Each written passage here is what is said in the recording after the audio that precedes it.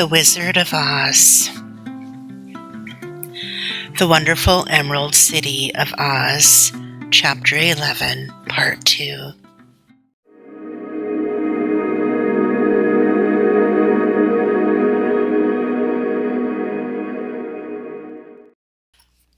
Sorrowfully, Dorothy left the throne room and went back where the Lion and the Scarecrow and the Tin Woodman were waiting to hear what Oz had said to her. "There is no hope for me," she said sadly, "for Oz will not send me home until I have killed the Wicked Witch of the West, and that I can never do." Her friends were sorry, but could do nothing to help her. So she went to her own room and lay down on the bed and cried herself to sleep. The next morning, the soldier with the green whiskers came to the Scarecrow and said, "Come with me, for Oz has sent for you." So the Scarecrow followed him and was admitted into the great throne room, where he saw, sitting in the emerald throne, a most lovely lady. She was dressed in green silk gauze and wore upon her flowing green locks a crown of jewels. Growing from her shoulders were wings, gorgeous in color, and so light that they fluttered if the slightest breath of air reached them.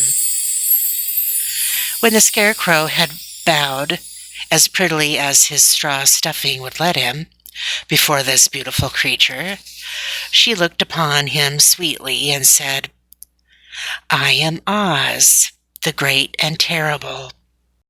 Who are you, and why do you seek me?"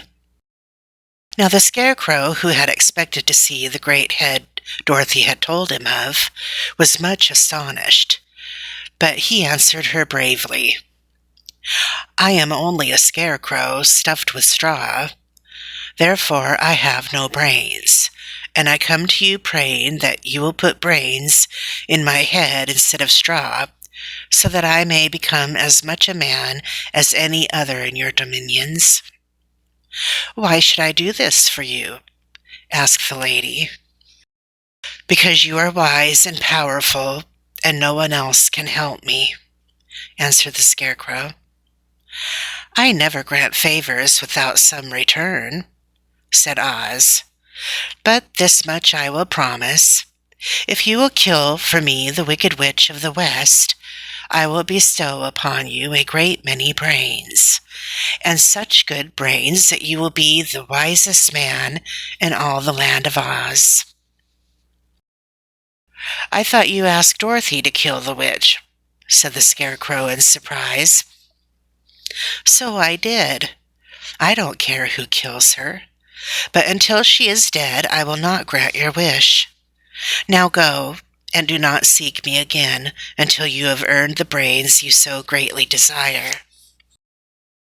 The Scarecrow went sorrowfully back to his friends and told them what Oz had said, and Dorothy was surprised to find that the great wizard was not a head, as she had seen him, but a lovely lady.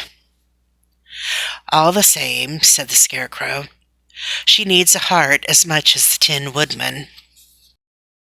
On the next morning, the soldier with the green whiskers came to the Tin Woodman and said, "Oz has sent for you. Follow me." So the Tin Woodman followed him and came to the great throne room. He did not know whether he would find Oz a lovely lady or a head, but he hoped it would be the lovely lady. "For," he said to himself, "if it is the head, I am sure I shall not be given a heart, since a head has no heart of its own, and therefore cannot feel for me. But if it is the lovely lady, I shall beg hard for a heart, for all ladies are themselves said to be kindly-hearted." But when the woodman entered the great throne room, he saw neither the head nor the lady, for Oz had taken the shape of a most terrible beast. It was nearly as big as an elephant, and the green throne seemed hardly strong enough to hold its weight. The beast had a head like that of a rhinoceros, only there were 5 eyes in its face. There were 5 long arms growing out of its body, and it also had 5 long, slim legs. Thick, woolly hair covered every part of it, and a more dreadful-looking monster could not be imagined. It was fortunate the Tin Woodman had no heart at that moment, for it would have beat loud and fast from terror. But being only tin, the Woodman was not at all afraid, although he was much disappointed. "I am Oz, the great and terrible," spake the beast, in a voice that was one great roar. "Who are you, and why do you seek me?"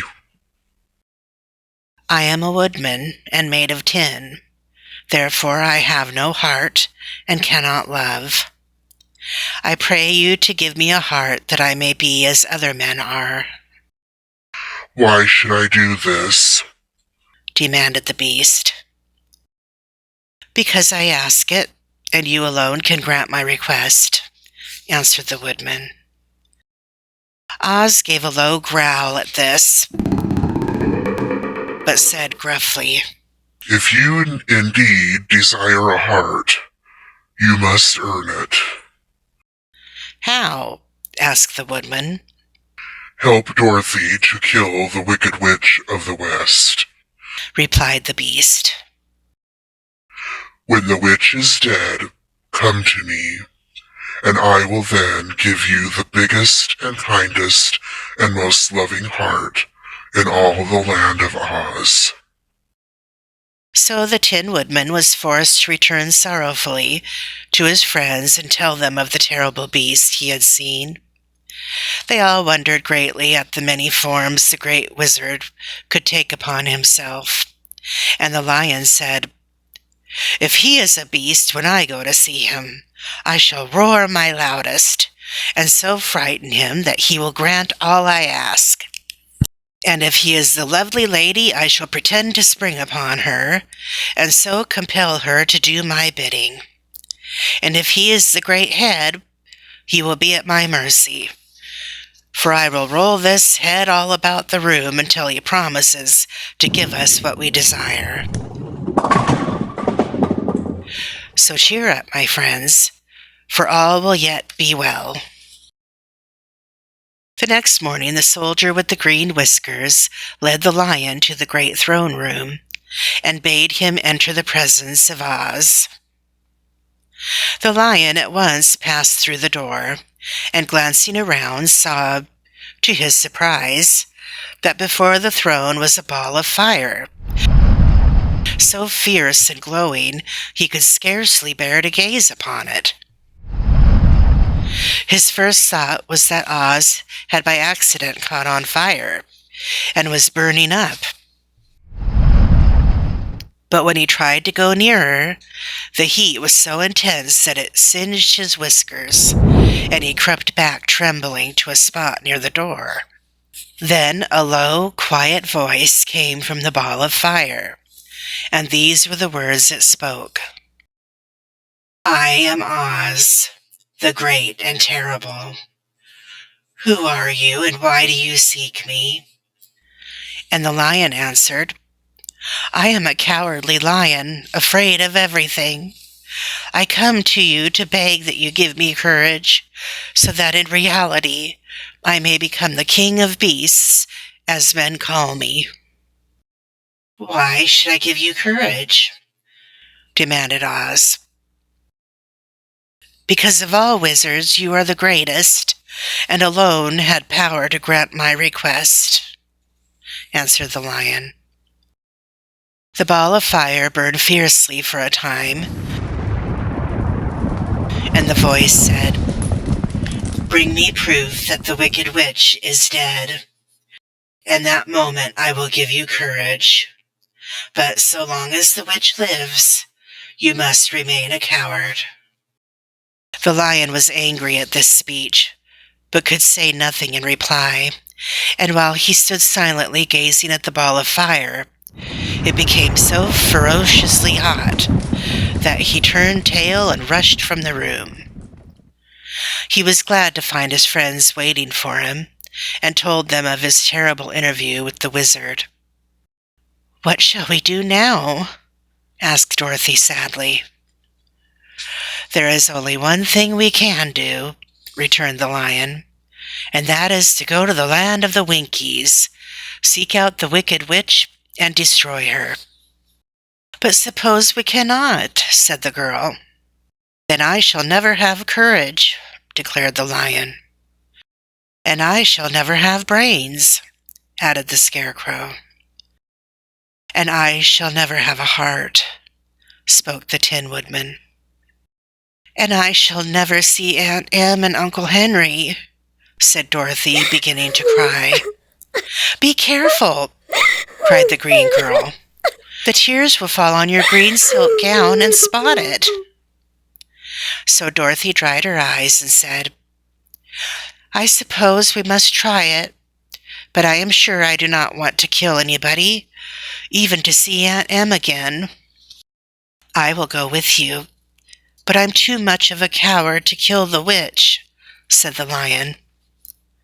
"I will go too," declared the Scarecrow, "but I shall not be much of help to you. I am such a fool." "I haven't the heart to harm even a witch," remarked the Tin Woodman. "But if you go, I certainly shall go with you." Therefore it was decided to start upon their journey the next morning, and the woodman sharpened his axe on a green grindstone and had all his joints properly oiled. The Scarecrow stuffed himself with fresh straw, and Dorothy put new paint on his eyes that he might see better. The green girl, who was very kind to them, filled Dorothy's basket with good things to eat and fastened a little bell around Toto's neck with a green ribbon. They went to bed quite early and slept soundly until daylight, when they were awakened by the crowing of a green cock that lived in the backyard of the palace, and the cackling of a hen that had laid a green egg.